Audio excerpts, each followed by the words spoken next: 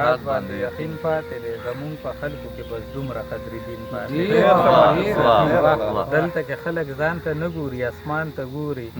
دلته کې اوس هم په پلوسه کې ګبین پاتې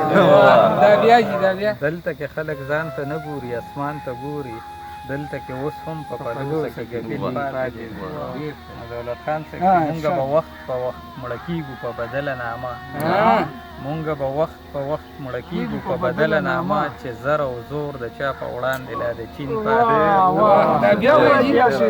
مونږ به وخت په وخت مړه کېږو په بدله نامه چې زر او زور د چا په وړاندې لا د چین پاتې دی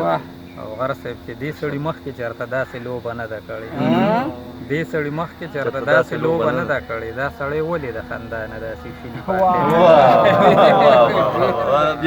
دې سړي مخکې چېرته داسې لوبه نه ده کړې دا سړی ولې د خندا نه داسې شین پاتې دی د اخري مقصد داسې ده چې د مرګ په خوله کې هم هغې زما نامه اخېسته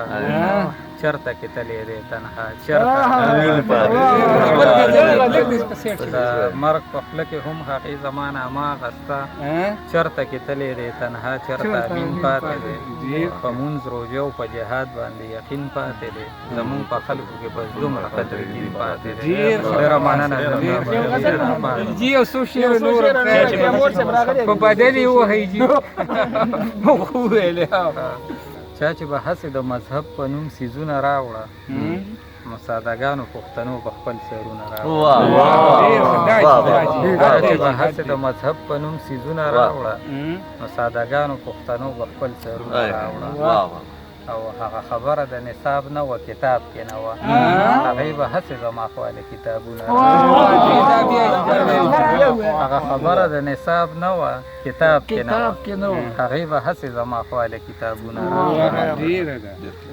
لکه دا یو قبر زمونږ د شریک درد و لکه دا یو قبر زمونږ د شریک درد و ما به وړې شمې دې به سره سره ګلابونه راوړه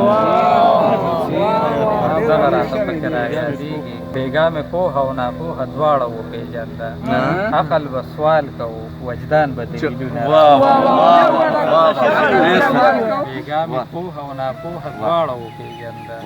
عقل به سوال کوو وجدان به دلیلونه راوړه ما به هغې ته د بوډۍ د ټال نسبت چې کوو ما به هغې ته د بوډۍ د ټال نسبت چې کوو هغې به ما له د رنګونو موسمونه